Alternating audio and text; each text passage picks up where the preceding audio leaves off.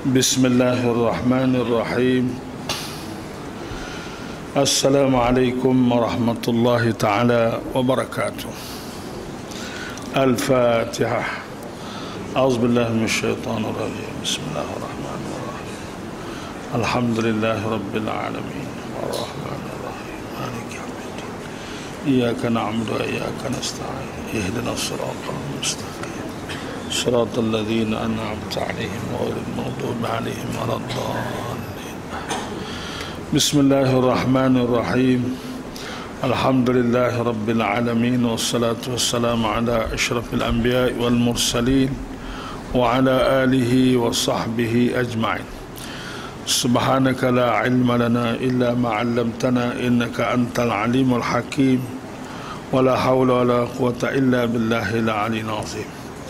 Allahumma rabbi zidna ilma wa faqihna fid din. Saudara dan saudari sekalian, pertama-tama kita mengucap syukur kepada Allah Subhanahu wa taala dengan kesyukuran yang tidak terhingga banyaknya di atas segala limpahan nikmatnya dan rahmatnya kepada kita semua, khususnya nikmat Islam yang kita miliki ini. Kuliah kita pada malam ini kita nak tumpu kepada peristiwa Isra dan Mi'raj. Jadi tidak, malam ini kita berehat dalam Quran tu, kita nak tumpu kepada peristiwa Isra dan Mi'raj sebagaimana yang kita semua usahakan. Dan mudah sebut sebelum pada ni 3 perkara yang kita wajib kenal. Ya, 3 perkara hak wajib kita kenal dalam hidup ni. Bagi hak kita kenal ni ada hak wajib, ada hak sunat, ada hak harus. Hak wajib kita kena kenalnya ada 3. Yang pertama ialah Allah tu sendiri. Itu memang wajib kita kena kenal, dan kita kena berusaha bersungguh-sungguh supaya kita ni kenal Allah Ta'ala. Allah ni kenal dah kitanya. Allah ni sudah kenal kita dah, sebab dialah yang mencipta, dialah pera, dialah jaga, dialah segala-galanya. Maka balik Allah Ta'ala ni kenal benar dah kita ni, lahir dan batin. Cuma balik kita yang tak apa kenal Allah Ta'ala. Sebab tu berusaha untuk mengenali Allah ini merupakan satu usaha yang wajib. Sebab kenal Allah Ta'ala ini menduduki senarai pertama dalam senarai fardu ain. Duduk nombor 1 sekali ialah kenal Allah Ta'ala. Awaluddin ma'rifatullah. Agama yang terawal sekali ialah mengenali Allah. Dan kita kena, sebagaimana mudah sebut sebelum pada ni, cara nak kenal Tuhan ni, nombor 1 sekali ialah melalui nama-nama Allah, dan nombor 2 melalui sifat-sifat Allah, dan nombor 3 ialah melalui kerja-kerja Allah. Melalui kerja-kerja Allah Subhanahu wa taala. Kemudian kita kena kukuhkan lagi, kena sokongkan lagi dengan doa. Dengan doa supaya Allah Ta'ala menganugerahkan kepada kita ma'rifatullah. Iaitulah doa yang selalu Amba baca, ya Allah ya Tuhanku, sebagaimana Engkau telah mengenali aku, berilah kepada aku kekuatan supaya aku dapat mengenalimu lebih daripada segala-galanya. Dan juga mana-mana doa lah ia boleh membantu kita untuk mengenali Allah. Ya Allah ya Tuhanku, sebagaimana Engkau telah mengenaliku, jadikanlah hatiku ini dapat mengenalimu lebih daripada segala-galanya. Yang kedua, kita boleh berkenalan dengan Allah melalui sifat-sifat Allah Subhanahu wa taala. Dan sifat Allah ni Amba dah sebut, boleh kita rumuskan sifat Allah ni nombor 1 sekali ialah subhanallah, maha suci Allah daripada segala sifat kekurangan. Maha suci Allah daripada segala sifat kekurangan. Itulah rumusannya subhanallah, yang dipanggil tasbih. Yang kedua, alhamdulillah, itu dipanggil tahmid. Maksudnya Allah, kita mengakui bahawa Allah Ta'ala ni boleh dipuji kerana Allah ni mempunyai sifat-sifat kesempurnaan yang mutlak yang tidak ada pada yang lain. Itulah alhamdulillah, segala puji bagi Allah kerana Allah ni memiliki sifat-sifat yang terpuji. Oleh kerana Allah tu maha suci daripada sifat kekurangan, dan Allah Ta'ala itu memiliki sifat-sifat yang terpuji, maka Allah itulah yang Maha Agung dan Maha Besar, iaitulah kita takbir Allahu Akbar. Jadi sifat Allah ni ada 3 lah kalau kita nak rumuskan dalam baca ni. Pertama sifat, iaitulah dia panggil Al-Kamal.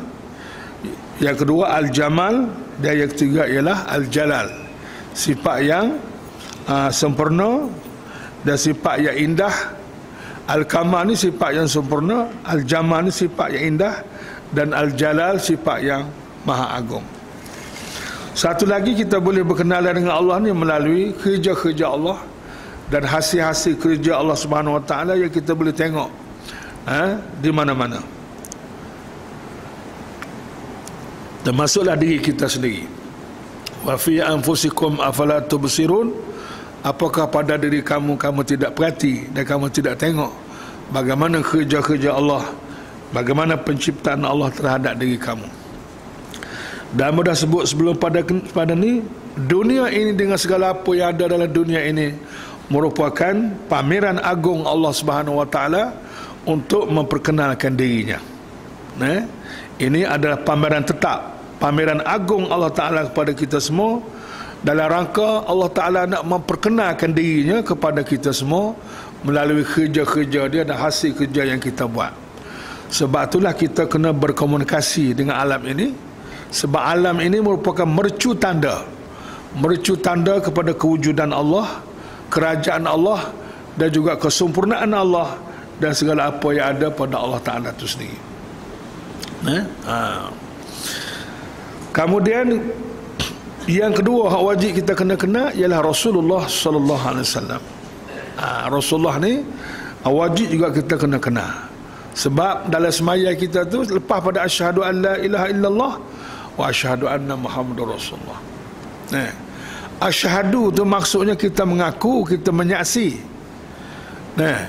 Asyhadu ni maksudnya kita menyaksi, mengaku dengan penuh penyaksian. Artinya pertama kita tahu dan kita kenal Allah Ta'ala, sebab tu kita boleh mengaku dan menyaksi. Kalau kita tak tahu, kita jahil, maka kita tak boleh kata asyhadu.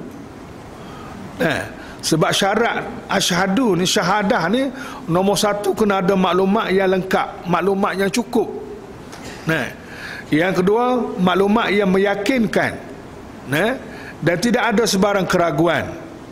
Itu makna asyhadu. Maknanya kita ni dalam semaya ni kita mengaku asyhadu, aku mengaku dengan penuh penyaksian bahawa Allah tu tidak ada lagi Tuhan yang lain, hanyalah Allah. Makna kita mengaku dengan ilmu, dengan maklumat yang cukup, dengan keyakinan yang tidak ada sebarang keraguan.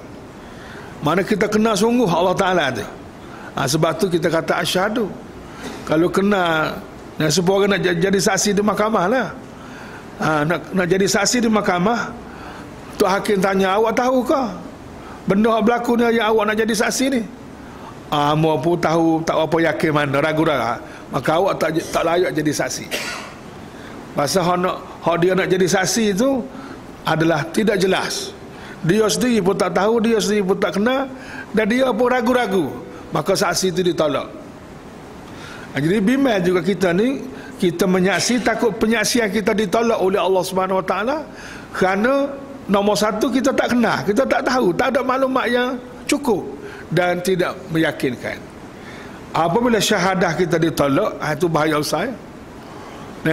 Sebab itu kita kena melengkapkan syahadah kita ni dengan maklumat yang cukup.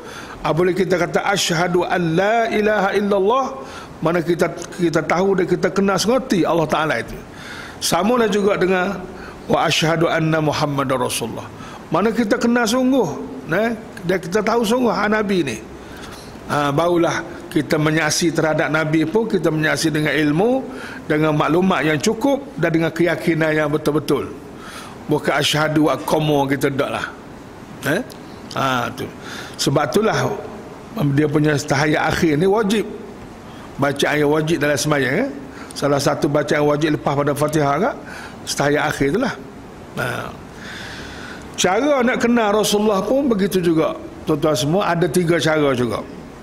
Kita wajib berkenalan dengan Rasulullah supaya kita semua dapat ma'rifatullah. Kenal Allah tu dipanggil ma'rifatullah. Kenal Rasulullah ni dipanggil ma'rifatul Rasul.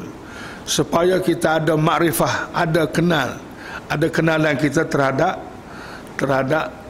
Rasul. Jadi makrifatul Rasul ni dia serupa dengan makrifatullah juga dari segi ilmu lah. Kalau dalam bab makrifatullah dia ada berapa makrifah yang mudah sebut dah sebelum pada ni. Tak tahulah panjang umur ke tidak, takut tinggal gemuluh, tak tahu dah. Awak saya ingat lagi tak? Makrifatullah ni sebagaimana dihurai oleh ulama kita ahli sunnah wal jamaah, dia ada 3 jenis makrifatullah. Yang pertama dipanggil makrifah ilmiah. Kita kenal Allah Ta'ala tu berdasarkan kepada ilmu yang kita mengaji dalam ilmu usuluddin, dalam ilmu tauhid.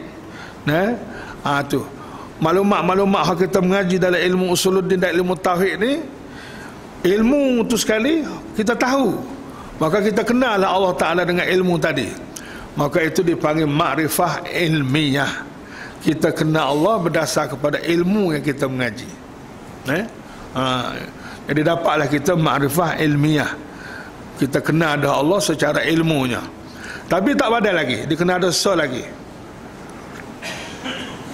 Lagi itu dipanggil makrifah zauqiyah. Kita kenal Allah Ta'ala siapa kepiakat rasa. Ini kena usaha lagi lah, biar boleh makrifah zauqiyah ini. Dengan berdoa kepada Allah Ta'ala banyak, biar Tuhan beri makrifah ni. Ya Allah, ya Tuhan aku, bagilah kepadaku makrifah, makrifah ilmiahnya, makrifah zauqiyahnya, dan apa saja yang boleh membawa kita ni kepada yang boleh menerima makrifah ini. Makrifah zauqiyah ni makrifah siapa kau berikat rasa, tapi dia berdasar pada ilmu jugalah, berdasar pada ilmu dalam makrifah ilmiah tadi. Itu dipanggil makrifah zauqiyah. Makrifah zauqiyah ni bagaimana kita kenal Allah Ta'ala ni lebih tinggi lagi, iaitu siapa kau berikat rasa. Rasa bagaimana? Rasa adanya Allah, rasa bersamanya Allah dengan kita, rasa Allah ni, kita ni dilihat oleh Allah dan diperhatikan oleh Allah, dan kita rasa malu kepada Allah, berasa hormat kepada Allah, berasa takut kepada Allah, berasa terhadap Allah tu. Apabila hati kita siapa kau berikat rasa dah, maka itu dipanggil makrifah zauqiyah. Kita kenal Allah tu sudah tinggi dah, siapa kau berikat rasa, rasa malu, rasa takut, rasa hormat, rasa adanya Allah, dan berasa Allah ni bersama dengan kita. Wallahu ma'akum ainama kuntum. Allah bersama dengan kamu di mana saja kamu berada. Bersama di sini bukan bersama dari segi zat, tapi bersama dari segi ilmunya. Mana Allah Ta'ala dengan kita ni senantiasa dia tahu apa saja kita buat, di mana saja kita berada. Mana bersama dari segi ilmu, ma'iyatullah dia panggil. Ma'iyatullah, kebersamaan Allah dengan kita ni bersama dari segi ilmunya, bukan dari segi zat. Jadi kalau orang boleh sapa ke peringkat tu, itu dipanggil makrifah zauqiyah. Sebagaimana mudah sebut sebelum pada ni, Saidina Umar pernah test seorang pemelihara pengembala kambing yang dibayar upah, ataupun seorang budak yang ambil upah pegang kambing. Lalu Saidina Umar kata, awal pakcik nak beli kambing. Dia jawab, maaf pakcik, dia tak kenal Saidina Umar ni. Dia kata, kambing ni bukan kambing hamba ambil upah je. Kalau pakcik nak beli, kena kira dengan tu dia lah. Saidina Umar nak test, dia kata gini lah, awal bagi kambing pakcik bayar kat royak. Tu dia mana tahu muka kambing ramah juga, royak kena kambing mati ke mana dia tahu. Jawab budak ni, Allah Allah. Dia tunjuk ke langit gitu, Allah Allah. Mana dengan Allah nak susut lah ke mana? Mana budak ni walaupun dari segi bodinya budak kapung je, tidak mengaji tinggi sangat, pegang kambing je, tapi dia punya rohaninya, makrifahnya sudah siapa ke pihak rasa adanya Allah, rasa dia diperhatikan oleh Allah, dan rasa kebersamaan Allah dalam hidupnya. Nampak tu? Sama juga dengan cerita Saidina Umar juga. Dia buat satu apa checklist ataupun buat pemantauan berkenaan dengan orang miskin. Ada juga kerja-kerja rakyatnya. Pada satu malam dia pergi cek tengok dua beranak di tengah selesai atau tengah proses nak jual susu pagi esok. Mak dia kata, mek tambah sikit air tu biar susu boleh jual dengan banyak. Kata kanak dia hak puan ni tak boleh, kerajaan marah, Khalifah Umar marah. Bagi tidak original nah. Susu kalau campur dengan air tidak original lah. Keaslian tu sudah kurang, sudah rusak. Kata mak dia, mana tahu khalifah tak tahu, kerajaan tak tahu. Nah, Sayyidina Umar tak tahu. Padahal Sayyidina Umar dak dengar debat dengan bawah rumah tu. Tepi rumah tu. Kalau jawab anak dia, walaupun khalifah tak tahu, walaupun kerajaan tak tahu, tapi Allah tahu. Nampak? Tapi Allah tahu. Narayanya email anak dengan email mak ni lebih email anak. Ma'rifatullah terlebih anak. Itulah dipanggil ma'rifah zauqiyah. Kena Allah Ta'ala siapa kau pihak rasa. Nampak tu?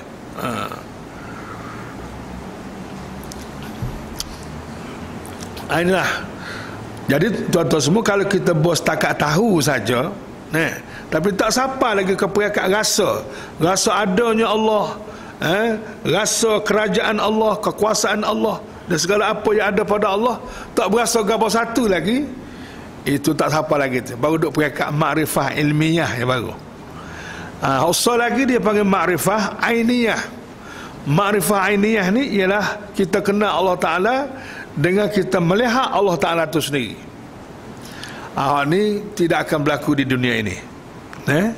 Ini akan berlaku di akhirat nanti, apabila manusia diberi peluang untuk bertemu dengan Allah Subhanahu Wa Taala, sebagai disebut dalam hadis Nabi, ahli-ahli syurga, orang-orang macam Nabi, Rasul dan sebagainya dapat bertemu dengan Allah seminggu sekali.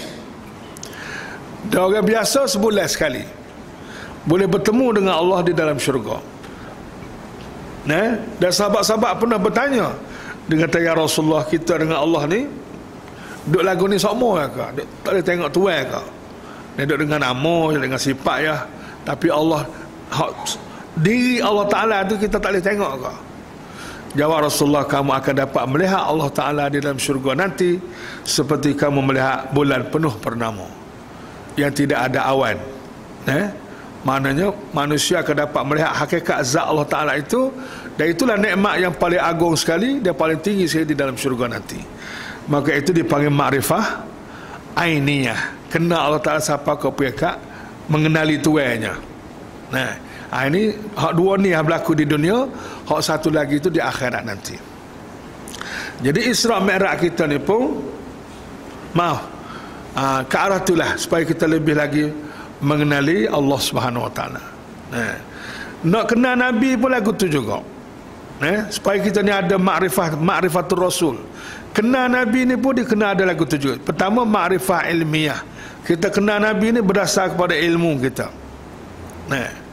Jadi itulah hamba duk tekan sama. Selain daripada kita kena khatam Al-Quran, biar faham Quran dengan 30 juzuk tu biar khatam.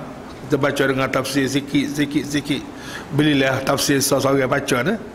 Hak mengaji tu mengaji, hak baca tu baca. Baca biar faham. Sebab tu waktu turun Quran ni suruh faham, bukan suruh baca saja. Waktu suruh amal, suruh ambil tindakan dan seterusnya. Dia bacalah Quran, dia buat sejarah dalam hidup kita. Paling tidak, sebelum kita tinggal dunia ni, kita sudah boleh khatam Quran dengan fahamnya sekali, dengan tafsirnya sekali. Sekali pun tak apa dah. Paling kurang. Jadi kalau puluh-puluh tahun dah ada atas dunia ni, sekali habuk pun tak khatam lagi dengan tafsirnya sekali. Itu satu kecuaian lah. Satu kecuaian. Disebut dalam kitab Fathul Mu'in, seseorang Islam ni telah menjadi hak Al-Quran, kena baca 2 kali khatam dalam setahun. Dalam setahun menjadi hak Al-Quran yang kita kena tunaikan 2 kali khatam setahun. Khatam tu bukan khatam seperti orang Melayu ni. Orang Melayu kita sasak habis kat sudah lah. Banyaklah orang lagu tu. Khatam ni dengan fahamnya sekali. Khatam lagu tu barulah dia bermakna. Kalau baca Quran tak faham gawas satu, jadi bacaan tu orang boleh pahala lah, tapi bacaan tu tidak bermakna.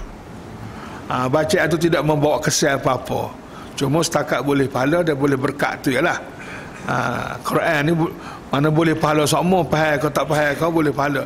Tapi nak kesal lebih lagi kena baca dengan bermakna. Sebab itulah mengharap benar tuan-tuan semua kena ada milik kitab tafsir. So baca sikit dah. Lah beli kitab tafsir tidak akan bankrupt kerana kis beli kitab tafsir sebuah.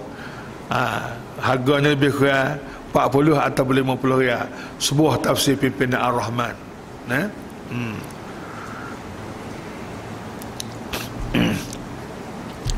Kemudian samalah juga dengan kita nak kenal Nabi ni. Nak kenal Nabi, ma'rifatul Rasul ni pun pertama makrifah ilmiah. Kita kena kenal Nabi dengan ilmu. Maka ilmu nak kenal Nabi ni ialah ilmu sejarah. Sejarah Nabi SAW. Hal ni pun sama juga amu dok tekan. Kita orang Islam ni kena belajar, kena usaha dan kena bersama dengan Rasulullah dari segi sejarah, dengan membaca sejarah Rasulullah semenjak pada Rasulullah lahir sampai Rasulullah meninggal dunia. Baru kita kenal sengoti. Kalau bos sekadar buat makluk, baca berzanji dengan tak faham, tak kenal Rasulullah tu. Nak kenal Rasulullah ni nombor satu kena ada ilmu tentang Rasulullah. Ilmu tentang Rasulullah ni terkandung di dalam sejarah, dan juga dalam Quran, dan juga dalam hadis. Itu dipanggil makrifah ilmiah. Dan Rasulullah ni hidup dia ada 3 penggal saja, bukannya banyak sangat. Umur Rasulullah pun 63 tahun je, tidak panjang. Penggal pertama 40 tahun yang pertama Rasulullah duduk di Madinah sebelum jadi Nabi. Itu penggal pertama. Itu proses persiapan untuk menerima tugas sebagai seorang Nabi. Allah Ta'ala didik Rasulullah selama 40 tahun secara langsung dengan tidak melalui guru-guru manusia, tapi Allah Ta'ala ajar sendiri, didik sendiri, kawal sendiri. Itu 40 tahun proses dia tu. Penggal yang kedua iaitulah 13 tahun setelah jadi Nabi dan sebelum hijrah. 13 tahun duduk di Mekah setelah menjadi Nabi dan menjalankan tugas sebagai Rasul. 13 tahun di Mekah sebelum hijrah. Itu penggal kedua. Penggal ketiga, hal ini paling kemuncak sekali, ialah 10 tahun yang terakhir. Itulah walal akhiratu khairul laka minal ula. Bahagian akhir daripada hidupmu wahai Muhammad lebih baik daripada bahagian yang pertama. 10 tahun inilah hak kemuncak sekali. Dan kehidupan Nabi di hak akhir sekali juga di akhirat nantilah. Itu hak akhir benarlah. Hak akhir di dunia ni 10 tahun di Madinah itulah. Hak akhirat juga tak usah royak lah. Itu memang lebih baik benarlah daripada hak atas dunia ni. Jadi saudara dan sekalian, itulah ma'rifatul Rasul yang dipanggil ma'rifah ilmiah. Selagi ma'rifah zauqiyah, supaya tadi juga kita kenal Nabi ni bukan setakat kenal dari segi maklumat, tahu dari segi maklumat, tapi biasa apa kau pergi kat rasa. Rasa sayang kepada Nabi, rasa yakin kepada Nabi, rasa apa lagi? Rasa hormat ke Nabi, tu ya. Berasa cinta kepada Nabi, itu kenal siapa kau pergi kat rasa, supaya dengan makrifah zauqiyah dalam bab Allah Ta'ala juga. Jadi nak siapa kau pergi kat tu, bukan senang tu. Mana kita nak kena bersama-sama tu dengan Rasulullah. Nak kena bersama-sama. Selagi juga dipanggil makrifah ainiyah, kita kenal Rasulullah dengan melihat Rasulullah tu sendiri. Jadi kita ni tak ada perlu nak kenal dengan cara tu. Sebab kita ni tak ada rezeki panggil. Tak ada rezeki nak jumpa dengan Rasulullah sebab kita ni lahir di akhir zaman. Cuma bolehlah kita memohon kepada Allah, semoga Allah Ta'ala memperlihatkan wajah Rasulullah melalui mimpi. Itu boleh memohon. Dan ramai orang mimpi berjumpa dengan Rasulullah dan dia kenal rupa parah Rasulullah melalui mimpi. Itu pun boleh juga. Itu kira rezeki dia lah juganya.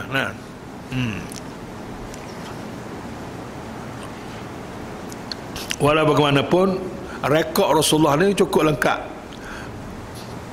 Dia punya dalam sejarah Rasulullah tu, orang cerita Rasulullah ni, diri Rasulullah ni, walaupun tak ada gambar, tapi orang cerita semenjak daripada rambut Rasulullah sampai ke hujung kaki.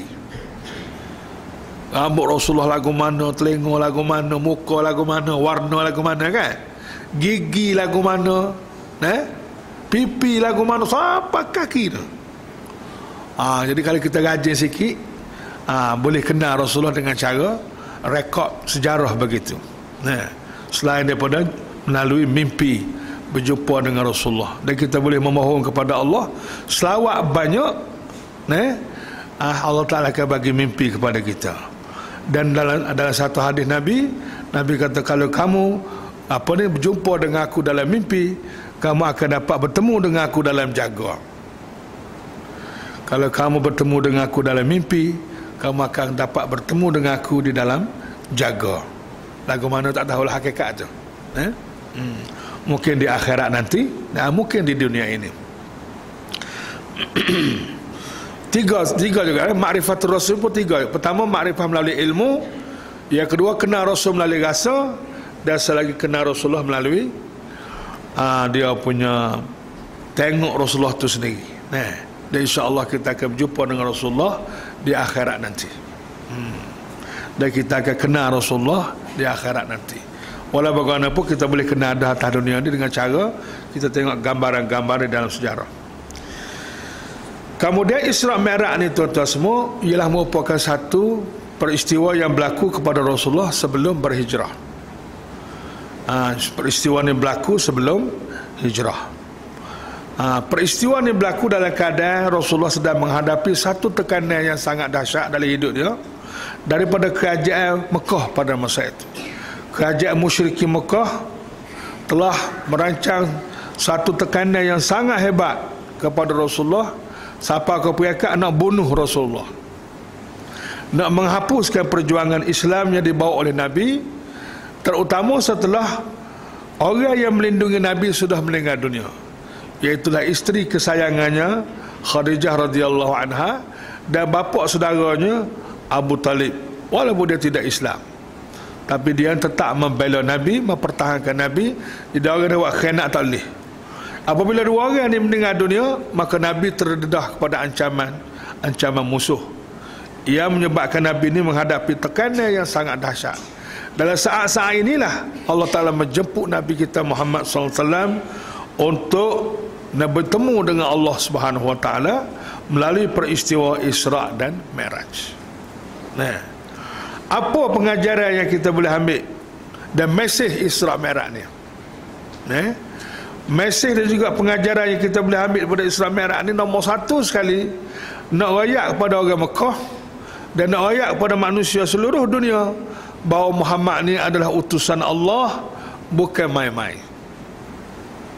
Dan nak rayak ke dunia bahawa Allah ni kerajaan, Allah ni pemerintah, dan Allah ni pihak berkuasa, dan Allah ni tuan kepada segala yang wujud ini. Dialah segala-galanya. Dan juga nak rayak kepada manusia yang berasa tak ada Allah, bahawa Allah ni ada sungguh, bukan main-main. Jadi dengan peristiwa Isra' dan Mi'raj juga kita boleh memperbaharui iman kita.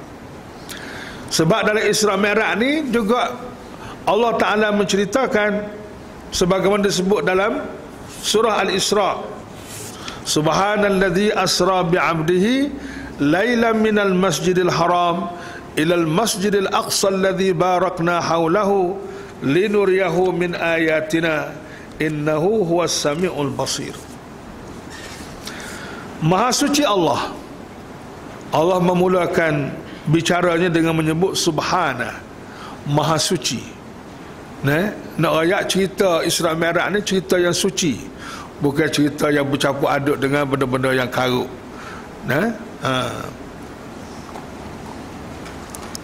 Maha suci Allah yang membawa berjalan, Asra ni bawa berjalan malam, bi'abdihi dengan seorang hambanya.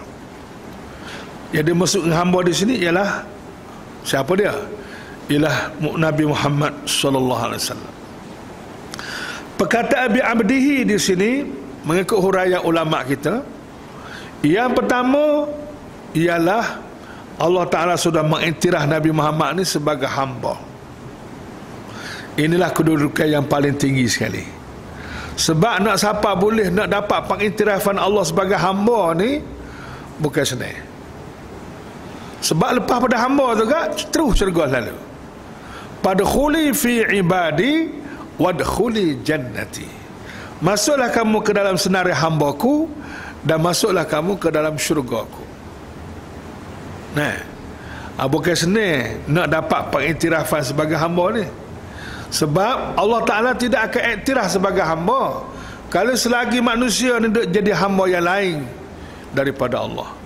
Selagi manusia ni jadi hamba nafsu, selagi manusia ni tidak bebaskan dirinya daripada hamba syaitan, tidak jaya membebaskan diri daripada jadi hamba manusia dan dunia, selama itulah dia gagal menjadi hamba Allah. Nah, nak jadi hamba Allah, dia kena lawan dan membebaskan diri daripada hamba nafsu, jadi hamba nafsu, hamba syaitan, hamba dunia dan hamba manusia, barulah dia iktiraf sebagai hamba Allah. Jadi kita lah ni dia berasa kita ni hamba dah kan. Tuhan iktiraf ke tak hamba kita ni. Tengoklah sejauh mana kita ni sudah membebas, sudah berjaya kita membebaskan diri kita daripada hamba nafsu. Nah, kalau dengan nafsu duduk kalah lagi, terutama dalam perkara-perkara dasar lah, perkara-perkara yang dasar duk kalah dengan nafsu lagi, itu menunjukkan kita masih belum merdeka lagi. Dengan syaitan pun duk kalah lagi dengan syaitan, belum merdeka lagi. Dengan dunia, dengan manusia pun lagu tu juga, belum merdeka lagi. Lama lagi lah nak layak menjadi hamba Allah. Tapi Nabi Muhammad SAW adalah manusia yang paling cemerlang dalam hidupnya. Dia sudah berjaya membebaskan dirinya daripada menjadi hamba nafsu, hamba syaitan, hamba dunia dan juga hamba nafsu, hamba manusia. Dia hanya jadi hamba Allah Subhanahu Wa Taala sahaja. Sebab itulah Nabi ini dia tidak akan buat apa saja kecuali dengan arahan daripada Allah Taala. Sebab itulah orang pernah tanya Siti Aisyah radhiyallahu anha, lagu mana cara hidup Rasulullah, perangai Rasulullah.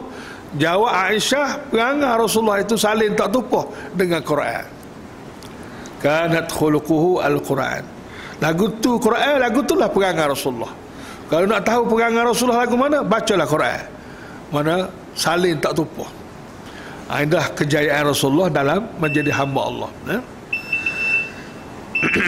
Yang kedua, perkataan bi'abdihi dalam ayat ini juga menunjukkan Isra Mi'raj ini berlaku dengan roh dan jasadnya sekali. Sebab boleh sebut hamba, roh dan jasad. Tidaklah kata asra biruhihi, tidak. Dengan hamba, hamba ni masuk roh dengan jasad. Dan ulama kita telah ijma' mengatakan Isra Mi'raj ini dengan roh dan jasad sekali. Bukan dengan roh atau bukan hanya mimpi. Jadi kalau mimpi tidak pelik lah. Jadi salah satu daripada gaya bahasa orang Arab ni, orang Arab ni kalau benda pelik berlaku, benda luar biasa ke benda, dia kata subhanallah. Subhanallah makna dia merasa kagum pada benda tu, dia kata subhanallah. Jadi Allah Ta'ala pun sama juga. Apabila dia nak menceritakan Isra Mi'raj ni, dia start dengan subhanallah juga. Ayat benda ni benda pelik. Jadi kalau Isra Mi'raj tu dengan roh tak pelik mana tak? Ataupun dengan mimpi biasa kalau mimpi ni. Dia orang Mekah pun tidak akan tentang, musyrikin Mekah pun tidak akan tentang, tidak akan engkar kalau Isra Mi'raj tu berlaku dengan mimpi kan. Yang musyrikin Mekah menentang Nabi ni kerana Nabi rakyat dia berisra' dengan roh dan jasadnya sekali. Isra' ni berlaku di antara di waktu mana? Iaitulah lepas Isya sampai subuh. Lailan di waktu malam. Dan berlaku Isra' Mi'raj ni minal Masjidil Haram ilal Masjidil Aqsa alladhi barakna haulahu. Dan Masjidil Haram ke Masjidil Aqsa yang kami berkati di kawasan sekitarnya. Tujuan Isra Mi'raj ni linuriyahu min ayatina, untuk kami memperlihatkan ayat-ayat dan bukti-bukti kami. Ayat-ayat Allah ni ada dua. Ayat-ayat yang kita baca dipanggil ayatullahil maqru'ah, ayat-ayat yang kita baca. Dosa lagi ayat-ayat Allah yang kita boleh tengok. Ayatullahil manzurah, ayat-ayat Allah yang kita boleh tengok. Jadi hak Nabi diperlihatkan kepada Nabi ni ialah ayatullahil manzurah, ayat-ayat Allah yang boleh kita tengok. Tu supaya Nabi ni kita boleh cerita bahawa apa yang dia lihat di alam gaib ni memang benar. Dia menjadi wakil kepada kita semualah. Innahu huwas samiul basir, kerana dialah yang maha mendengar dan maha melihat.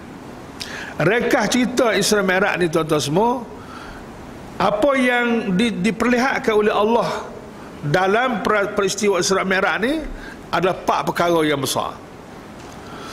4 perkara yang besar. Sama dengan sukatan akidah yang diperjuangkan oleh Rasulullah SAW selama 13 tahun di Mekah. Nerayaknya akidah Islamiah itu adalah suatu yang benar, yang wajib diyakini tanpa syak dan ragu. Buktinya maklumat-maklumat yang ada dalam akidah tu Nabi kita sudah diperlihatkan kepada Nabi pada malam Isra dan Mi'raj dengan tak payah lagi ragu-ragu. Nampak tu? Kita punya akidah Islamiah, saudara sini ada 4 bahagian. Ini kita kena kemah molek lah. Dalam akidah Islamiah, kalau kita mengaji bab akidah ni, dia ada 4 bahagian yang besar. Yang pertama, bahagian pertama dia panggil ilahiyat, bahagian ketuhanan. Yang kedua, nubuat, bahagian kenabian. Yang ketiga ialah ghaibiyat, perkara-perkara yang gaib. Yang keempat ialah sam'iyat, berita-berita yang kita terima daripada sumber wahyu. Dosa, pahala, syurga, neraka, dan lain-lain, yang mana sumbernya wahyu saja boleh royak benda tu, orang lain tak boleh royak. Itulah 4 akidah yang kita kena kemah balik. Bab ketuhanan, bab kenabian, bab benda gaib, dan benda-benda yang diberitakan oleh Allah melalui wahyu. Itu dia. Jadi Isra Mi'raj ini Allah Ta'ala bawa Nabi daripada Masjidil Haram ke Masjidil Aqsa untuk nak perlihat benda-benda tadi lah. Nak memperlihatkan, pertama, nak suruh manusia ni yakin tentang Allah tu sendiri, kewujudan Allah tu sendiri dan segala apa yang ada pada Allah. Yang kedua, nak suruh yakin tentang kenabian. Bukan saja Nabi Muhammad, tapi Nabi-Nabi hak lepas dah pun wajib kita kena percaya juga. Yang ketiga, benda-benda gaib. Benda-benda gaib. Berapa nama termasuklah malaikat, jin, syaitan, dan benda-benda banyak lagi di alam gaib yang kita tak nampak ni. Itu pun diperlihatkan kepada Nabi dalam Isra Mi'raj. Benda ni benda ada sengerti. Dan satu lagi berkenaan dengan dosa, pahala, syurga dan semua sekali. Jadi 4 bahagian inilah hak yang Isra Mi'raj nak fokus. Jadi ringkas ceritanya gini je. Isra ni maknanya berjalan malam. Mi'raj maknanya naik ke langit sampai ke Sidratul Muntaha dan sampai berjumpa dengan Allah Ta'ala. Itu dipanggil Mi'raj. Isra start daripada Mekah sampai ke Masjidil Aqsa, itu dipanggil Isra. Daripada Masjidil Aqsa naik ke langit tu, kapal atas pada langit lagi. Kita nak royak pun tak kerti. Atas pada langit, atas segala atas. Sampai Allah Ta'ala berjumpa dengan Allah Ta'ala. Nabi kita berjumpa dengan Allah Ta'ala sendiri, dan Nabi kita terima semaya daripada Allah Subhanahu Wa Ta'ala. Itulah orang panggil Mi'raj.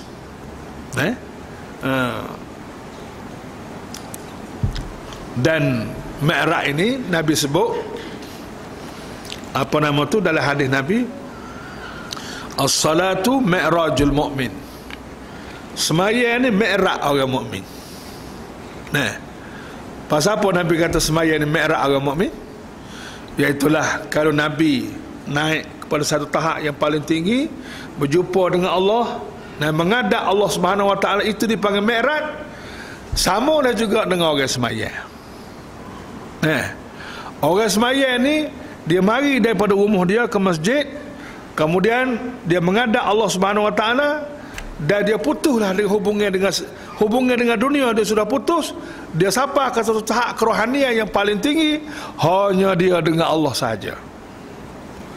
Hanya dia dengan Allah, sebagaimana Nabi kita pada malam Isra Mi'raj di sana hanya dia dengan Allah saja. Dah. Sama juga kita dalam semaya, kita ni hati kita dengan Allah saja. Itu dipanggil Mi'raj. Semaya lagi tu, semaya ia bertaraf Mi'raj.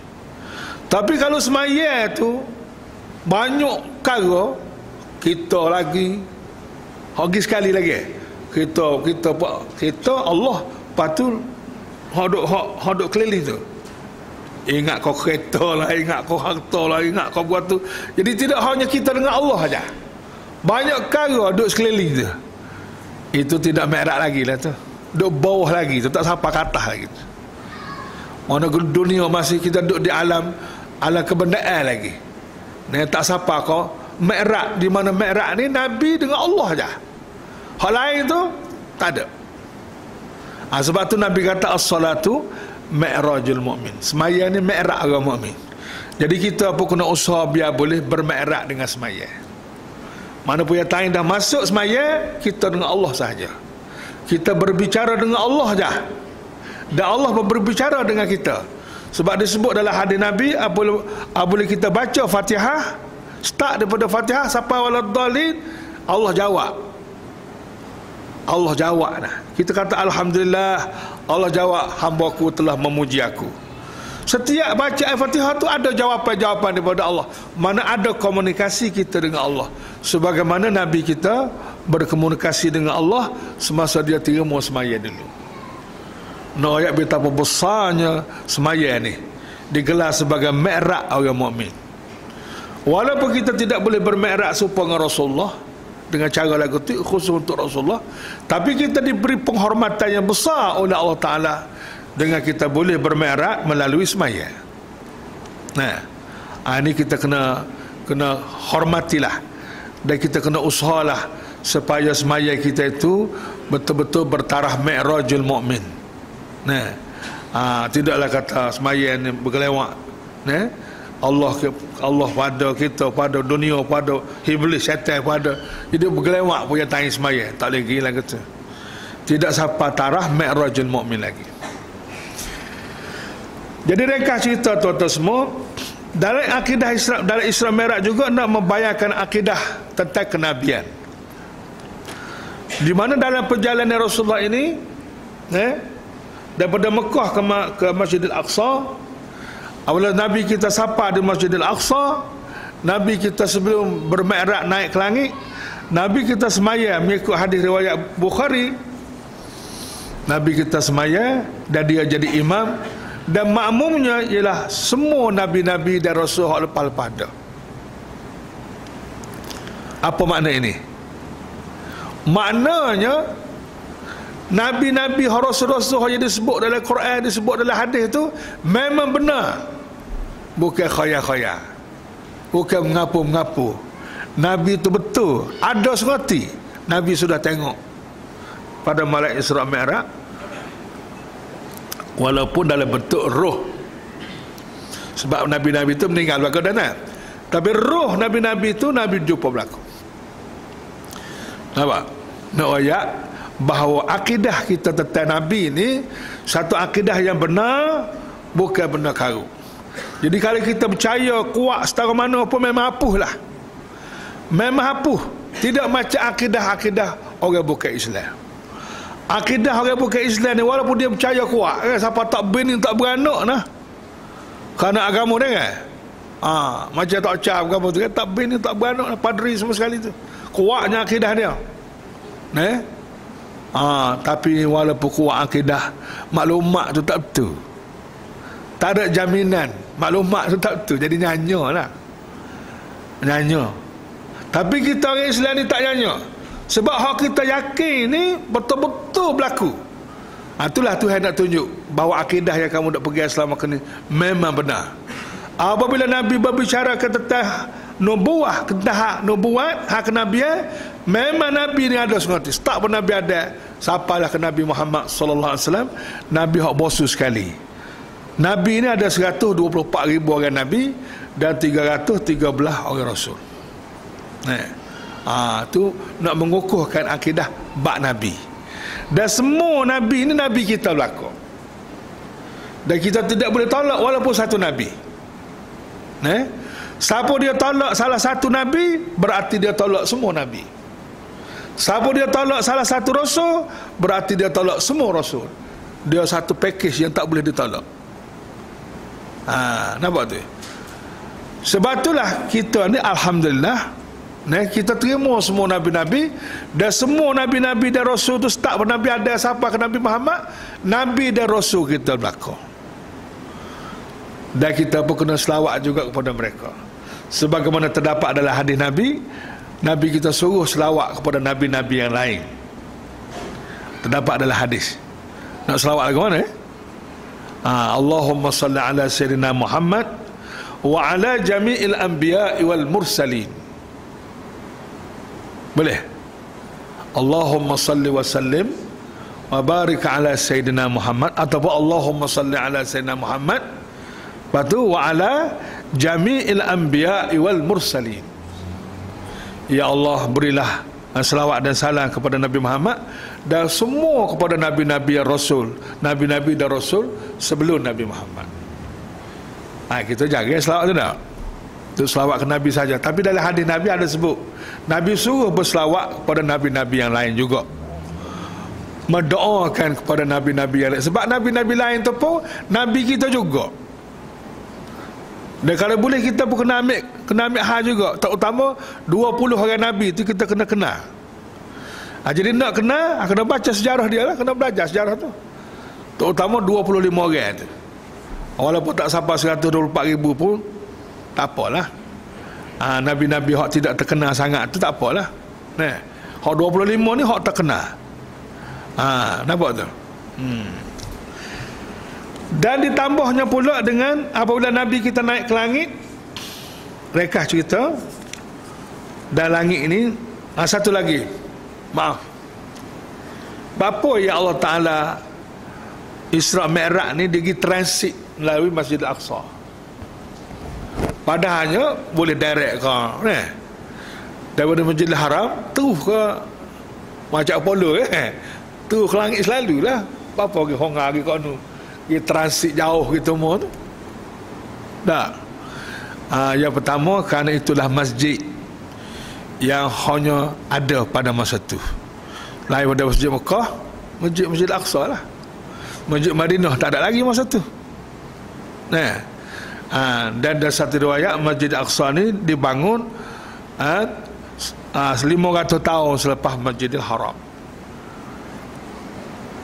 Itu satu. Yang kedua pula, Isra Mi'raj juga memberi isyarat kepada manusia sejagat bahawa Masjidil Aqsa adalah satu masjid yang kontroversi, yang akan menghadapi banyak masalah dengan Yahudi satu masa dahulu, satu masa akan datang. Seolah-olah Nabi royak secara tak langsung bahawa Masjidil Aqsa ni kena bagi perhatian serupa dengan Masjidil Haram juga. Bagaimana kita orang Islam kalau orang buat khianat ke Masjidil Haram? Bagaimana agak-agak kita? Kiblat orang Islam. Dan Masjidil Aqsa ni juga kiblat orang Islam. Lagu mana agak-agak perasaan kita umat Islam kalau takdirlah Israel ni pergi buat khianat Masjidil Haram? Lagu mana? Kita ada berasa kan? Setakat kita ada tu lah. Sama dah juga dengan Masjidil Aqsa. Sebab tiga masjid hak kita boleh ziarah, hak kita boleh apa-apa sunat mempersiapkan diri pergi ziarah, melawat tiga masjid ni je. Masjid lain tak sunat. Hak sunat kita ziarah kan tiga masjid ni je. Masjid Al-Aqsa, Masjid Nabi, Masjid Mekah. Masjid lain tak. Dia tak sunat ziarah. Gitu. Hak gazetnya 3 ni je. Itu satu. Yang keduanya pula, neroyaknya umat Islam ni akan berdepan dengan Israel ni sampai hari kiamat. Masalah Masjid Al-Aqsa ni tidak akan selesai. Dan sekarang ni ditambah pula dengan masalah di Syria. Nah, dan tak ada tanda-tanda bahawa peperangan di Palestin dan peperangan di Syria akan berakhir. Tak ada tanda-tanda. Dan mengikut bacaan-bacaan orang ulama-ulama kita, boleh jadi peristiwa di Palestin dan juga Syria ni akan sampai ke hari kiamat.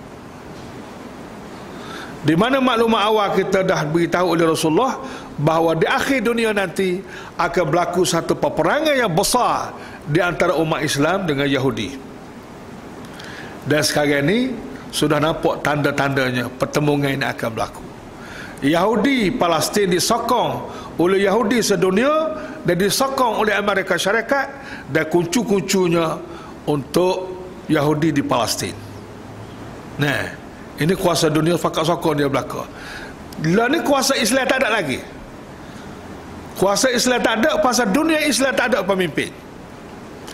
Dunia Islam pun tak ikut Islam balas mana sangat. Jadi pemimpin yang boleh menyatukan dunia Islam tak ada lagi. Lepas pada Nabi Muhammad, lepas pada Khulafaur Rasyidin, lepas pada Khalifah Islamiyah, tak ada. Hacul lebuh habis. Jadi tunggu dia punya pimpinan dunia yang boleh menyatukan. Dan pemimpin yang disebut-sebut oleh Nabi, nombor 1 ialah Imam Al-Mahdi Al-Muntazar, Imam Mahdi yang ditunggu-tunggu. Dan satu lagi ialah Nabi Isa yang akan turun ke dunia ini. Oh, ni kira dekat benar dengan kiamatnya. Dan salah satu alamat kiamat juga tasik ada satu tasik disebut dalam hadis satu tasik di Palestin akan kering, Sungai Furat akan kering. Dan mengikut maklumat terbaru yang terima, tasik ni sudah mulai kering dah. Nabi kata kering tu memang kering dah sekarang ni. Dan Israel tengah punggah duk pam air sungai masuk dalam tu, pam air laut masuk depan, tak usah nampak kering. Mana kita ni sudah dekat benar dengan kiamat. Nabi kata di akhir dunia nanti akan berlaku satu perang yang besar di antara orang Islam dengan Yahudi. Sudah pasti Yahudi tidak keseorangan. Yahudi disokong oleh Kristian, Amerika dan lain-lain. Tapi maklumat awal kita terima juga, dalam peperangan ini Islam yang benar. Itu bahasa sedap sikit ni. Islam yang benar, dan orang Yahudi ni terpaksa melarikan diri. Dan siapa kau pergi batu-batu yang dia menusuk pun royak, hei orang Islam ni Yahudi duduk boleh aku, mari bunuh dia. Siapa begitu mu? Ini maklumat-maklumat awal yang diberitahu oleh Rasulullah kepada umat Islam supaya bagi perhatian kepada Palestin ini. Bumi yang bersejarah, paling-paling tidak tolonglah doa kepada orang Palestin yang sedang menderita sekarang ini. Tapi malang tak ada arah lah. Dunia Islam tak pakat tolong. Walaupun negeri kaya-kaya, negeri-negeri Arab ni pelik semati. Dia tolong rejim hak jatuh Kerajaan Mesir dulu rejim hak lala ni, hak rejim hak bunuh orang Islam di Mesir ni. Dunia Arab pakat batu berbilion-bilion hak ni, hak karut ni. Sedangkan Palestin tak ada hal ni. Pasal dia takutkan mereka dan sebagainya. Dan umat Islam pun tidak bantu sangat. Kalau sekian umat Islam ni nak bantu Palestin, kita kira gini ya, mudah-mudah. Orang kaya lah, orang kita mau ni tak. Orang kaya-kaya dia buat umrah tiap-tiap tahun, dia pergi sama kan. Haji tiap-tiap tahun dia pergi, umrah dia tiap-tiap tahun dia pergi. Dengan belanja yang begitu besar kan, sekali gitu puluh-puluh ribu sekali habis. Katakanlah ambil orang kaya sedunia ni tak usah pergi umrah sekali. Tak usah pergi umrah, hak protokol umrah nak pergi umrah tu pergi ke Palestin. Bagaimana jadi? Hak protokol nak buat umrah hak sunat tu pergi kepada hak wajib di Palestin ni. Sudah pasti perjuangan Palestin akan berlaku satu perubahan yang besar. Tapi orang kita dah habis duit hak sunat. Hak sunat, bukan kata umrah tu tidak bagus sunat, tapi tu sunat. Perjuangan di Palestin wajib. Orang kita duk pergi curah duit untuk hak sunat, tapi hak wajib sebenarnya dia tinggal. Sebab itulah Profesor Dr. Yusuf Qaradawi kata orang Islam ni sudah hilang dia punya fiqh al-awlawiyat, fiqh berkenaan urutan keutamaan. Ibadat-ibadat sunat itu sepatutnya dihentikan dan peruntukan ibadat sunat tu diberi kepada perjuangan yang wajib di Palestin yang diisyaratkan oleh Rasulullah SAW melalui Isra' Mi'raj ini. Perjuangan Palestin sekarang nak kepada apa nama? Nak kepada senjata, nak kepada bekalan-bekalan, hospital, ubat dan sebagainya. Tak cukup. Sedangkan Yahudi disokong sepenuhnya oleh puak-puak Yahudi, walaupun dia puak dia tak ramah, tapi dia kaya-kaya, disokong sepenuhnya oleh Amerika dan sebagainya. Tapi Palestin ni tidak disokong sangat oleh umat Islam. Kekayaan umat Islam pun dia curahlah ke lain. Sebab tu Qaradawi kata umat Islam sekarang sudah tidak ikut tertib Islam yang sebenar. Dia besar ke hak sunat, tinggal hak wajib. Besar berhabis duit ke umrah hak sunat tu, tinggal perjuangan yang wajib di Palestin yang diisyaratkan oleh Isra' Mi'raj ini. Memang kalau tidak, apa yang Nabi dia punya lain Isra' Mi'raj ni lalu ke Masjidil Aqsa. Itu di antara sebabnya. Jadi kita tuan-tuan semua kena pakat tolong. Paling tidak tolong dengan doa. Tolong dengan hati. Iaitulah kita benci dan marah kepada musuh-musuh Islam di Palestin dan di seluruh dunia hari ini. Jadi kalau hati pun tak ada, nahi mungkar dengan hati tu pun tak ada, Nabi kata orang itu sudah kehilangan imannya. Orang sudah mati rasa keimanannya. Kalau hati orang itu masih ada iman, maka hati dia bertindak dengan memberontak dan marah dengan segi hatinya. Dia engkar dengan hati dia. Itu menunjukkan dia masih ada, walaupun itu selemah-lemah iman, tapi menunjukkan dia masih ada iman lagi. Tapi kalau dengan hati pun tak berasa gambar satu, itu menunjukkan imannya sudah mati rasa. Jadi ringkas cerita Nabi kita naik ke langit yang pertama, Nabi kita berjumpa dengan Nabi Adam. Nak wayak Nabi Adam ni ada sengoti. Ke langit yang kedua, Nabi kita berjumpa dengan siapa? Berjumpa dengan Nabi Isa. Nabi Isa yang bakal turun ke dunia untuk berdepan dengan Dajjal, kuasa besar dunia pada masa itu. Dan Nabi sudah wayak Dajjal ni akan lahir dan dialah menguasai dunia pada masa itu, dan pengikut-pengikutnya ialah puak-puak Yahudi. Pengikut Dajjal ni ialah puak-puak Yahudi dan puak-puak ahli kebenaran. Inilah pengikut Dajjal. Tak ada siapa dia boleh mengatasi Dajjal, tak ada kuasa yang boleh mengatasi Dajjal kecuali Nabi Isa AS dengan kuasa mukjizat yang Tuhan beri ke dia. Jadi Isa yang bakal membunuh Dajjal ini berada di langit yang kedua. Ia berjumpa dengan Nabi SAW, dan cerita Nabi Isa dalam Quran itu memang betul. Dan puak-puak Kristian duk percaya ke Nabi Isa ni itu bohong. Dikatakan Nabi Isa ni mati di palang salib.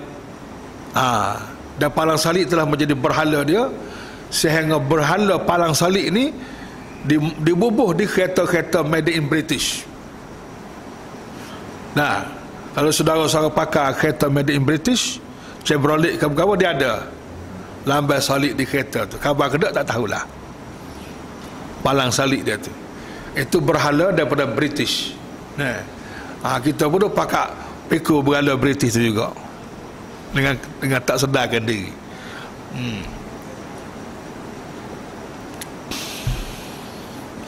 Tapi nak buat apa ya kalah kan.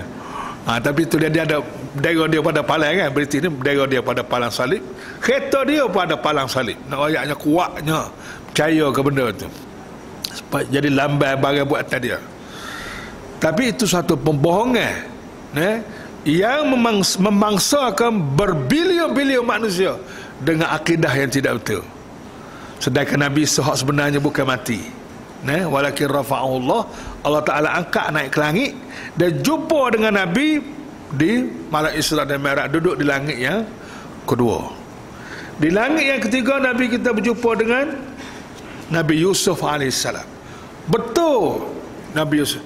Hak yang dalam Quran kan ada satu surah surah Yusuf. Jadi hak Allah Ta'ala royak tentang Nabi Yusuf ni betul. Nabi Yusuf Nabi tengok sendiri. Dan tiap-tiap Nabi itu dicerita dalam hadis sahih Bukhari ni. Nabi jumpa Abu Saleh, panjanglah cerita tu jumpa Abu Saleh, ucap selamat ke apa gitu. Semua pakat berdoa pada Nabi belakang. Langit yang keempat Nabi berjumpa dengan siapa dia? Langit pertama Nabi Adam Nabi kedua Nabi Isa, Nabi ketiga Nabi Yusuf. Langit yang keempat Nabi berjumpa dengan Nabi Idris. Langit yang kelima Nabi berjumpa dengan Nabi Harun. Nabi Harun berdepan dengan Firaun dulu dengan Nabi Musa. Langit yang keenam Nabi berjumpa dengan Nabi Musa AS. Langit yang ketujuh ialah Nabi Ibrahim AS, Khalilullah, kekasih Allah Ta'ala. Nabi Ibrahim duduk langit tinggi sekali, langit yang ketujuh. Dan Nabi berjumpa malam itu, Nabi Ibrahim ni duduk sandar di Baitul Ma'mur. Baitul Ma'mur ni pun benda gaib juga, wajib kita kena percaya. Baitul Ma'mur ni di antara benda gaib, wajib kita percaya. Apa nama Baitul Ma'mur? Iaitulah kiblat dan masjid para malaikat. Duduk di langit yang ketujuh, sama betul dengan Kaabah. Sama betul dengan Kaabah di Masjidillahil Haram. Kalau kita lenggok Al-Qatah tu, tak nampak lah dia duduk langit yang ketujuh, tapi sama betul dengan Kaabah. Ini kerja Allah Ta'ala belakang Jadi kiblat manusia di bumi di Baitullah, kiblat para malaikat di langit yang ketujuh di Baitul Ma'mur. Dan rupa Nabi Ibrahim ni hampir sama dengan rupa Nabi Muhammad sallallahu alaihi wasallam. Moga tok dia juga tok dia melalui Nabi Ismail. Kemudian Nabi kita diangkat ke mana? Ke satu tempat di mana Al-Qalam sedang beroperasi. Al-Qalam disebut dalam hadis Nabi ialah makhluk yang pertama diciptakan oleh Allah Subhanahu Wa Taala. Makhluk yang pertama diciptakan oleh Allah ialah Al-Qalam. Sebelum ada langit, sebelum ada bumi, sebelum ada apa-apa lagi, Allah Ta'ala buat mula-mula sekali ialah Al-Qalam. Lalu dikata, wahai qalam, tulis. Allah Ta'ala kata, uktub, tulis. Lalu qalam kata, ya Allah, amu nak tulis ke apa? Apa yang amu nak tulis ni? Jawab Allah, tulislah segala takdir-takdir yang akan aku lakukan, yang aku akan tentukan terhadap makhluk-makhluk yang akan aku ciptakan sebelum lepas pada ni. Lalu semua takdir ini sudah ditulis oleh qalam ini. Dan pada malam Isra dan Mi'raj, Nabi tengok operasi qalam ini. Lagu mana tu dia tak detail dalam hadis Nabi. Cuma Nabi tengok bagaimana operasi qalam yang disebut ini. Inilah makhluk yang pertama dicipta oleh Allah. Ia wajib kita percaya. Ngerayaknya alam gaib ini lebih luas daripada alam nyata ini. Alam nyata ni hanya sikit saja. Kemudian Nabi kita diangkat ke Sidratul Muntaha.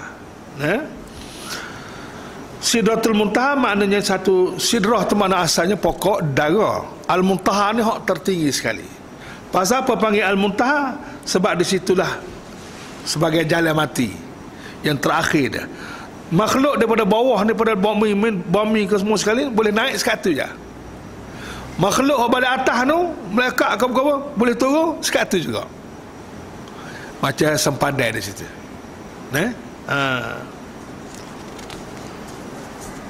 Kemudian Nabi kita melihat di Sidratul Muntaha ni ada 4 batas sungai.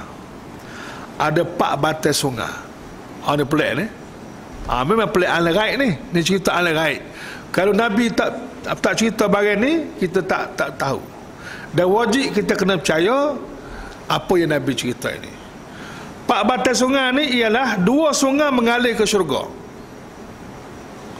Itu sungai alam gaib. Apa makna? Nak ayat syurga ni ada dah. Syurga-syurga ni kita tak sudah bahasa khayal lah. Bagian ni sudah ada. Dan Nabi sudah tengok syurga pada malam Isra dan Mi'raj. Sama juga neraka pun Nabi kita sudah tengok pada malam Isra dan Mi'raj. Maknanya syurga neraka ni ready semua sekali dah. Cuma tunggu calonnya saja. Di dua sungai ni mengalir ke syurga, dua sungai lagi mengalir ke dunia, iaitulah sungai Nil dan sungai Furat di Iraq. Sungai Nil dan sungai Furat ni dua batas sungai ni mengalir ke dunia. Dia punya puncak tu, dia panggil apa, sumber air sungai ni daripada Sidratul Muntaha. Lagu mana hakikat plan dia tahu tak kerti nak raya. Sebab melibatkan alam gaib ni. Dan Nabi sallallahu alaihi wasallam diangkat lagi berjumpa dengan Allah Subhanahu wa taala. Di situlah Nabi kita menerima sembahyang 50 waktu. Nak raya apa sembahyang ni? Sembahyang ni lah merupakan ibadat yang tertinggi dalam Islam lepas pada berimeh. Itu mesejnya. Nak raya sembahyang ni ibadat yang tertinggi, yang teragung, yang termahal, yang terhebat lepas pada berimeh, sembahyanglah. Sebab Allah Ta'ala jemput Nabi khusus untuk kita terima sembahyang. Sebab tu kita kena betul molek perasaan hati kita ni, ajar molek hati kita ni, biar hati kita ni jangan kurang ajar dengan sembahyang. Supaya orang kita jangan kurang ajar dengan sembahyang. Sebab sembahyang ni terlalu amat besar, terlalu amat penting, dan inilah harta kekayaan kita yang sangat-sangat mahal. Lalu Allah Ta'ala memfardukan 50 waktu. Dan oleh kerana Nabi ni, ini kata Allah, ini yauma khalaqtus samawati wal ard, sesungguhnya aku pada hari aku buat langit dan bumi ini, aku sudah mentakdir dah, sudah tulis dah, faradtu alaika wa ala ummatik 50 salatan faqum biha anta wa ummatuk. Rupa-rupanya Tuhan fardu masa nak buat langit bumi lagi sembahyang. Allah Ta'ala memfardukan sembahyang masa nak buat langit bumi itu, dia masuk dalam suratan takdir dah. Sembahyang difardukan kepada engkau dan umat engkau sebanyak 50 waktu. Nabi pun sebagai hamba Allah tak kecek banyaklah. Dah tahu Tuhan Allah kata gitu, gitulah. Turunlah rekah cerita, turun mari siapa kau jumpa dengan Nabi Musa. Orang lain tak kata apa, Nabi Musa ya. Cuma Nabi Ibrahim ada pesan sikit. Allah nak balik tu jumpa Nabi Ibrahim. Nabi Ibrahim ada pesan. Dia kata, wahai Muhammad, tolong royaklah kepada umatmu bahawa di syurga ni tanahnya sangat-sangat subur. Tanah di syurga ni sangat-sangat subur, maka royaklah ke umatmu biar dia tanam banyak. Biar dia tanam banyak dengan membaca la haula wala quwata illa billahil aliyil azim. Dan saya tumbuhlah tanam Nabi di syurga, dijaga oleh Allah Subhanahu wa taala sampai kita bertemu. Rupa benih dia la haula wala quwata illa billahil azim. Dan dia bolehlah kita subhanallah kau banyak lagi lah, itu boleh jadi tanaman syurga. Itu pesanan Nabi Ibrahim. Nabi Musa ni tidak mesah, dia tanya. Dia kata, hai Muhammad, semasa engkau berjumpa dengan Allah ni, apa yang Allah Ta'ala fardu? Nabi pun rakyat lah, Allah fardu kepadaku sembahyang 50 waktu. Dia kata tak ada tu, tak boleh tu 50 waktu ni. Umat aku dulu, Bani Israel dulu lebih kuat daripada umatmu. Berapa waktu sembahyang sikit je, ni 50 tak ada. Nabi pun jolok juga. Allah terima kasih banyaklah ke Nabi Musa sebagai penasihat. Sebab tu kita kena selawat juga kepada Nabi Musa. Kalau kita dengar Nabi Musa alaihi salatu wassalam, itu doa. Alaihi salatu wassalam, doa kita. Apa Nabi Musa kata gitu, Nabi kita pun jeling tengok ke Jibril. Pasal Jibril sebagai pemandu ya.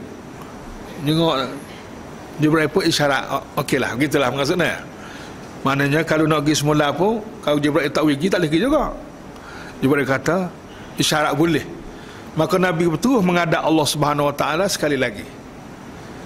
Allah berapa kali jumpa kan? Berapa kali jumpa tu? Gi sekali lagi. Tadi jumpa dah sekali. Gi kali yang kedua pula. Lalu mohon punya mohon, Tuhan kurang mengikut riwayat Bukhari 10. Mengikut riwayat Sahih Bukhari 10 sekali kurang. Tinggal 40. Nah. Mari jumpa Nabi Musa pula. Nabi Musa nasihat lagi, jangan kena pergi lagi. Gi pula kali yang ketiga. Kurang pula 10 jadi 30 tak? Mari pula Nabi Musa kata tak lagi, kena pergi lagi. Gi pula kali keempat. Tinggal berapa? Kurang pula 10. Tinggal apa lagi? Berapa lagi? Dinasihat lagi. Mana 5 kali pergi. 5 kali pergi. Akhir sekali tinggal 5. Tinggal 5. Dinasihat lagi oleh Nabi Musa, 5 pun tak gerak, kena pergi lagi. Jadi Nabi Musa kata 5 tak gerak tu putus mati. 5 pun tak gerak juga. Warna lagi 5 pun. Tapi Nabi kata, ini istahyaitu, aku malu dah nak jumpa dengan Allah. 5 kali pergi dah. 5 kali pergi dah malu ya. Tinggal 5. Tapi kalau pergi lagi dia rasa boleh lagi dah tak? Tapi Nabi sekata ya. Akhirnya setelah Nabi buat keputusan dan diakui juga oleh Jibril pun setuju, tak payah pergi dah. Akhirnya digezetlah semaya kita ini. Allah Ta'ala kata, wahai Muhammad, aku telah memfardukan kepada kamu, umatmu, 50 waktu, tetapi sekarang tinggal 5 waktu. Dari segi kerjaannya, tapi dari segi bayarannya tetap 50. Allah, segar kita dah. Maknanya semaya itu 10 ganda. Manakala kita semaya mengorek tadi sekali, bayaran dia 10 kita semaya mengorek 10 kali. Kalau kita semaya Isya sekejap lagi ni, kita semaya sekali Isya, pahala kita semaya itu 10 kali ganda. Itu tak kira lah semaya sore ke, semaya Jumaat ke, hak ganda 10 tu tetap boleh. Berapa kali kita mari semaya Jumaat pula, diganda pula 27. 10 27 jadi berapa? 37. Nah, kalau semaya Isya pula diganda pula lagi seperti semaya beribadat separuh malam. Separuh malam berapa je? Neje. Cuba terang semaya neje berapa berasa lagu mana? Semaya terawih 20 rakaat ataupun nyacar tak? Siapa 8 rakaat, puak ahli sunnah wal jamaah turun belakang. Tinggal terletih 20. Dia semaya terawih ni walaupun ada 2 pendapat, 8. Tapi hak yang diamal semenjak Rasulullah, semenjak Khulafaur Rasyidin sampai kali ni di Mekah, di Madinah, itulah sunnah Rasulullah dan sunnah Khulafaur Rasyidin ialah 20. Sunnah Rasulullah dan sunnah Khulafaur Rasyidin 20. Walaupun ada pendapat yang mengatakan 8, tapi kalau siapa-siapa nak semaya 8 supung Rasulullah semaya. Lagu mana? Iaitulah diceritakan oleh para sahabat, Rasulullah semaya hingga dekat-dekat dengan dah kau sahur ni.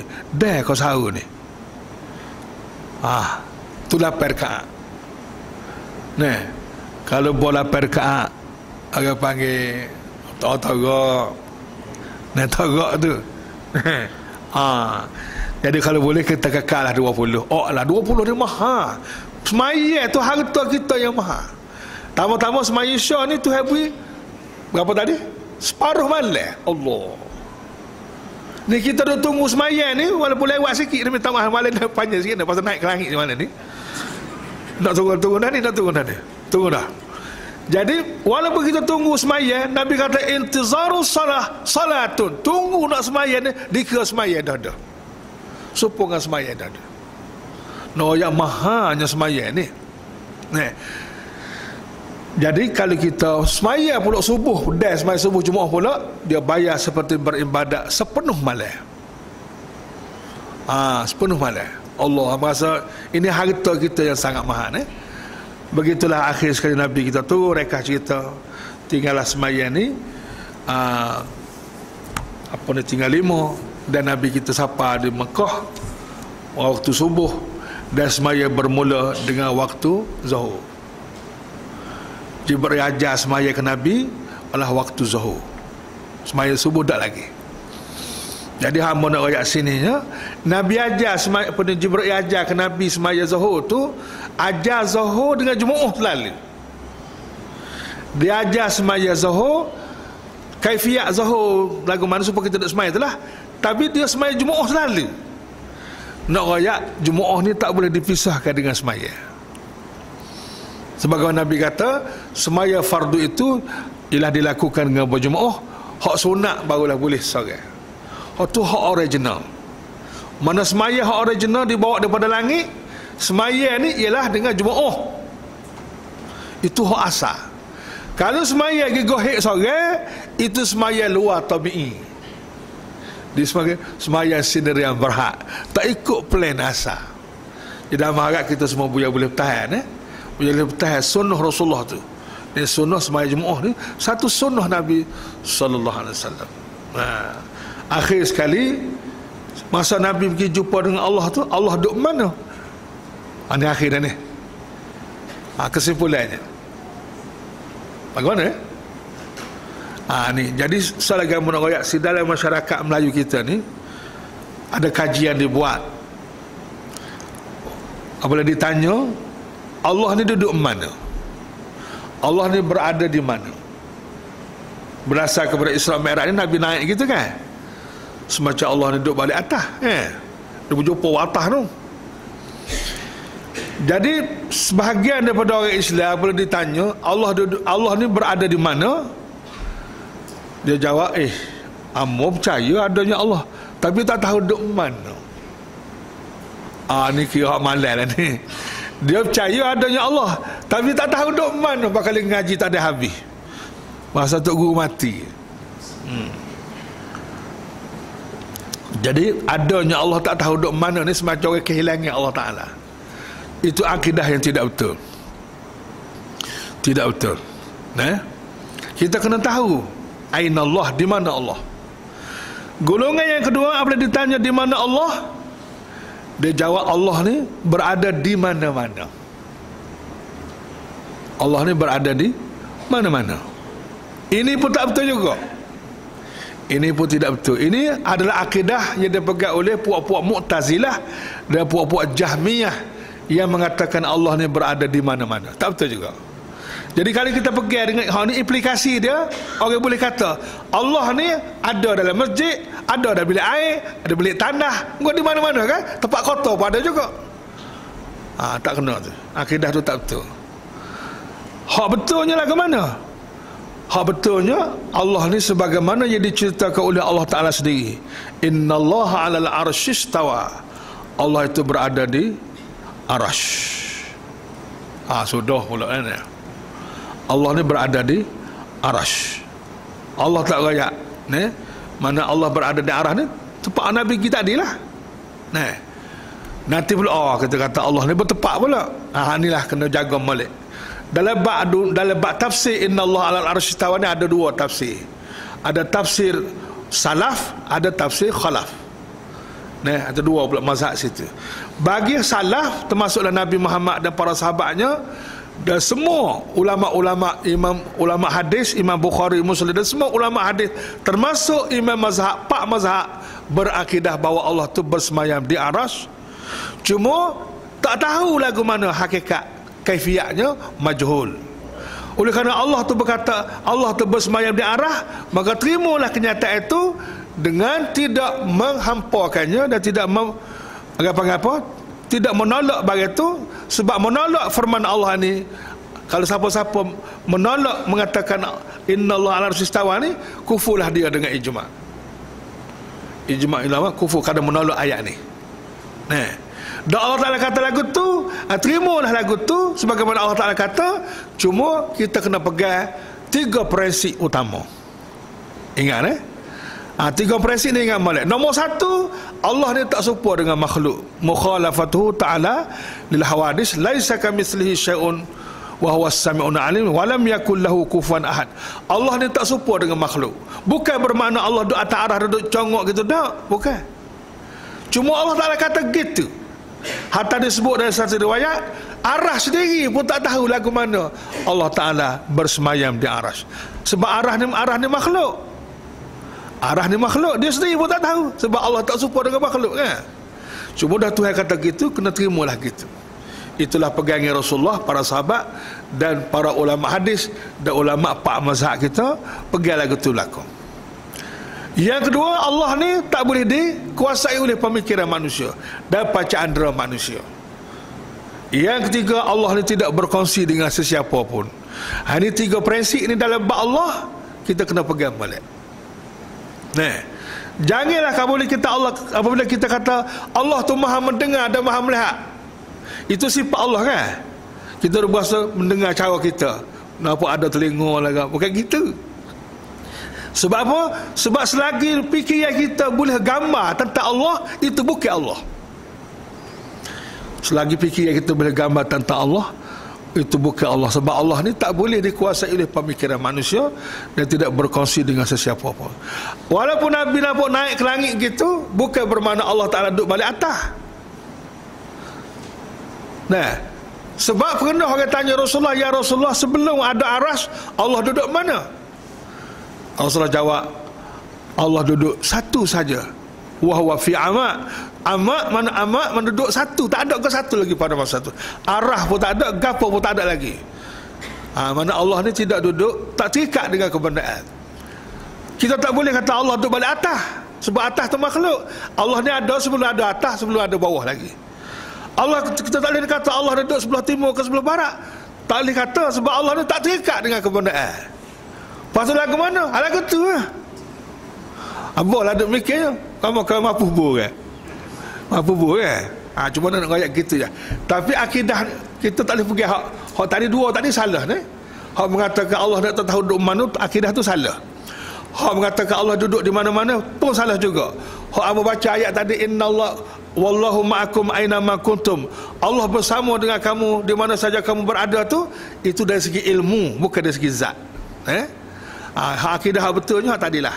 Sebagaimana jadi gambarkan oleh Allah, sebagaimana diceritakan oleh Allah, Allah ni berada di arasy tapi tak serupa. Dia tak terikat dengan semua disiplin makhluk. Sebab maha suci Allah daripada serupa dengan makhluk. Jangan duduk berasa boleh duduk di arah tu kak, macam sepuluh kita tak. Cuma ulama-ulama khalaf pula untuk nak mengelak supaya orang awam ni jangan terkeliru, dia mentakwilkan innallaha 'alal arsy istawa itu dengan mengatakan Allah itu memerintah arasy. Istawa dengan mana istaula. Istaula makna menguasai arasy itu. Itu takwil di kalangan ulama khalaf, hak kedia ni lepas pada 300 tahun kemudian. Tapi hak asalnya ialah Nabi sendiri dan para sahabatnya tidak takwil ayat ni. Dia terima sebagaimana kenyataan Allah Ta'ala. Biduni ta'til, sifat Allah Ta'ala itu tidak dihampakan, tidak dinafikan. Cuma biduni ta'til wala tashbih, dia tidak menyerupakan dengan sesuatu. Cuma dia menafikan Allah Ta'ala itu serupa dengan makhluk. Apa dia? Gitu. Jadi dua-dua tadi, kalau tafsir salah, tafsir khalaf mengatakan Allah menguasai arasy, istawa itu makna menguasai pun betul juga, sebab Allah juga menguasai arah tu pun. Tapi hak asalnya, hak yang dipegang oleh semua imam ialah hak asal dia tu. Wallahu alam. Maaf banyak, masa panjang sikit malam ni. Jadi itulah hamba harap, nombor satu sekali biar kita kenal Allah. Nombor dua, biar kita kenal Nabi-Nabi. Bukan saja Nabi kita, Nabi-Nabi lain pun kita kenal. Nombor tiga, kita kena kemah benda-benda gaib. Benda-benda gaib ni termasuklah dosa pahala ni, benda-benda gaib lah. Kena kemah juga tu. Selagi ialah syurga dan neraka sudah siap, tunggu calonnya saja. Dan akhir sekali, biar kita ambil berat khas semaya ni. Kalau Allah Ta'ala ambil berat semaya, siapa begitu semua nak ambil berat besar ke semaya, kalau kita tak besar kat kira kita ni sudah tak sealiran dengan Allah Ta'ala ni. Dan semaya lah harta kita yang paling mahal sekali. Semasa kita ada umur ni, perbanyakkanlah semaya. Selain daripada semaya fardu, dan kalau siapa dia ada lagi qada-qada, hak tinggal lu kena qada berhabis. Lepas tu kalau hak tak ada qada tu, perbanyakkanlah semaya sunat. Inilah harta kita yang sangat mahal. Nabi sallallahu alaihi wasallam pernah dia berhenti di satu kubur. Nabi kata, orang duduk dalam kubur ni bagi dia tak boleh semaya dah. Habis dah peluang nak dapat semaya. Bagi dia kalau boleh semaya, 2 rakaat bagi dia lebih mahal dari dunia dan apa yang ada dalam dunia. Dan kita peluang nak semaya, boleh tahan nak semaya tak? Tapi perbanyakkanlah semaya ni, terutama di waktu tengah malam. Nabi kata rakaatan fi jawfil lail khairum minad dunya. 2 rakaat di tengah malam itu lebih mahal dari dunia dan apa yang ada dalam dunia ni. Harta kita yang paling mahal sekali. Wallahu alam. Wassalamualaikum warahmatullahi taala wabarakatuh. A'udzubillahi minasyaitonir rajim. Bismillahirrahmanirrahim. Alhamdulillahi rabbil alamin, wassalatu wassalamu ala asyrafil anbiya wal mursalin wa ala alihi wa sahbihi ajma'in. Ya Allah, ya Tuhan kami, ampunilah dosa kami dan maafkanlah kesilapan kami lahir dan mati. Ya Allah, ya Tuhan kami, hidupkanlah kami dengan Islam, matikanlah kami dengan Islam. Akhirilah hayat kami ini ya Allah dengan husnul khatimah dan dengan kalimah la ilaha illallah Muhammadur Rasulullah. Ya Allah, selamatkanlah kami di dunia ini dan selamatkanlah kami di akhirat nanti. Selamatkanlah kami ya Allah daripada neraka dan sebab-sebab yang membawa kami ke neraka. Masukkanlah kami ini ke dalam syurga Engkau dan dapat bertemu dengan Engkau serta dapat melihat wajah dan diri Engkau yang maha agung dan maha suci, ya Arhamar Rahimin. Ya Allah, perkenankanlah segala permohonan kami, mustajabkanlah segala doa kami, tunaikanlah segala hajat kami, selesaikanlah segala masalah kami, bayarkanlah segala hutang kami, sembuhkanlah segala penyakit kami, kuatkanlah segala kelemahan kami, sempurnakanlah segala kekurangan kami, jayakanlah segala usaha kami, capaikanlah segala cita-cita kami, selesaikanlah segala masalah anak cucu dan keluarga kami, satukanlah hati-hati kami, menangkanlah perjuangan kami dengan berkat Nabi kami Muhammad sallallahu alaihi wasallam, dengan keramat Al-Quranul Karim dan dengan berkat amalan kami yang paling ikhlas. Wa sallallahu ala sayyidina Muhammadin wa ala alihi wa sahbihi ajma'in. Walhamdulillahi rabbil alamin.